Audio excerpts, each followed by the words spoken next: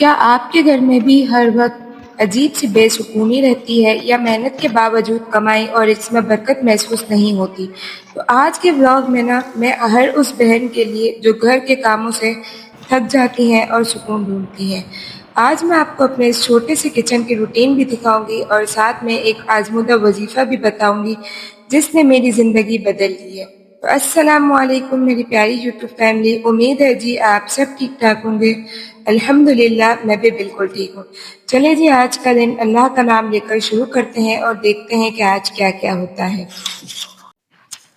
سچ بتاؤں تو صبح صبح جب کچن میں آؤ نا اور ہر طرف بکھرے ہوئے برتن اور چولہا وغیرہ دیکھو تو آدھا دل تو وہیں بیٹھ جاتا ہے، لگتا ہے کہ بس چپ چاپ بستر میں واپس چلے جائے اور سو جائے۔ لیکن پھر سوچتی ہوں بھائی کام تو خود ہی کرنا ہے نا، کوئی اور تو کرے گا نہیں آ کے۔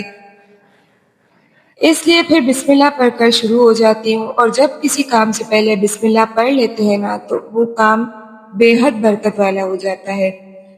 میرا ایک اصول ہے کہ جب تک میں سارے برتن نہ دھو لوں اور سینک خالی نہ کر لوں مجھے سکون نہیں آتا۔ سینک صاف ہو جائے تو لگتا ہے جیسے آدھا کچن صاف ہو گیا ہو۔ پھر یہ کاؤنٹر ٹاپ اور چولہے کی باری آتی ہے۔ چولہے کو پھر اچھی طرح سے چمکا لو اور جب تک کھانا بنانے کا موڈ ہی نہیں ہوتا جب تک چولہا صاف نہ ہو جائے۔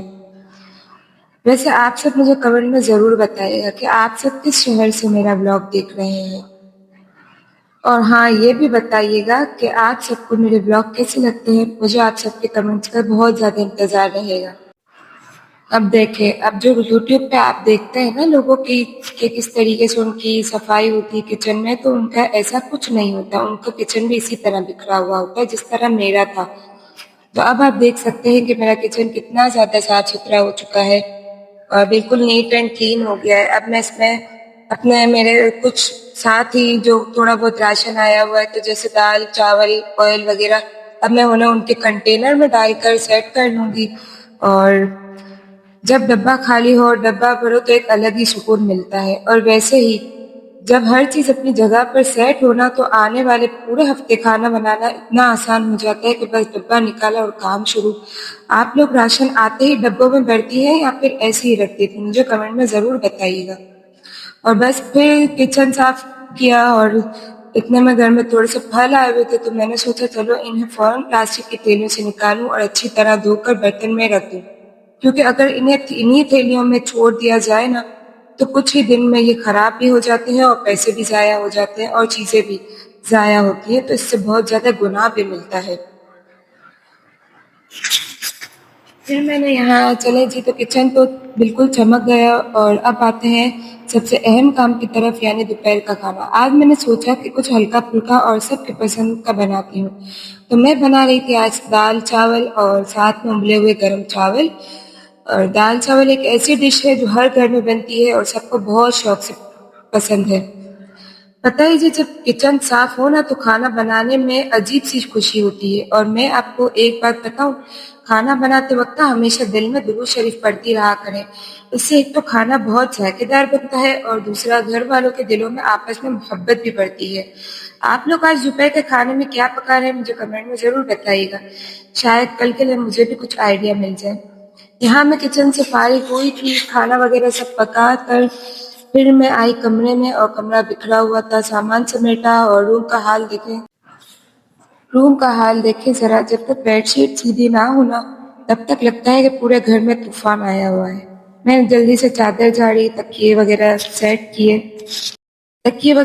کیے اور بیڈ کو بالکل نیٹ اور کلین کر دیا۔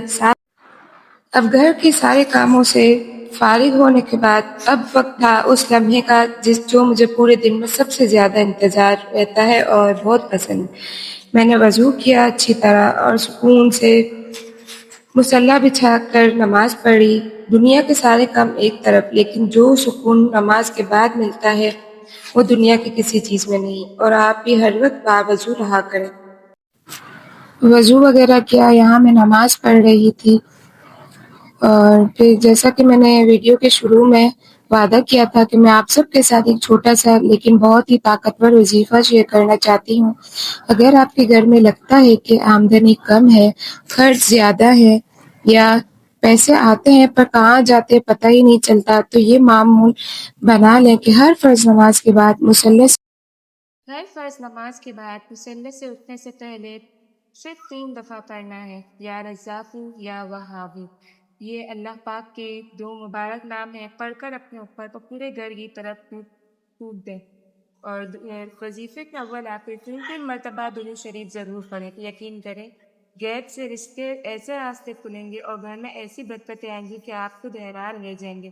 امید کرتی ہوں جی آج کا بلاگ یہ والا بلاگ اور میری باتیں آپ کو اچھی لگی ہوں گی۔ اگر اچھی لگی ہوں تو اس بہن کی محنت کے لیے ایک لائک ضرور کر دیجیے اور چینل کو سبسکرائب کرنا مت بھولیے گا۔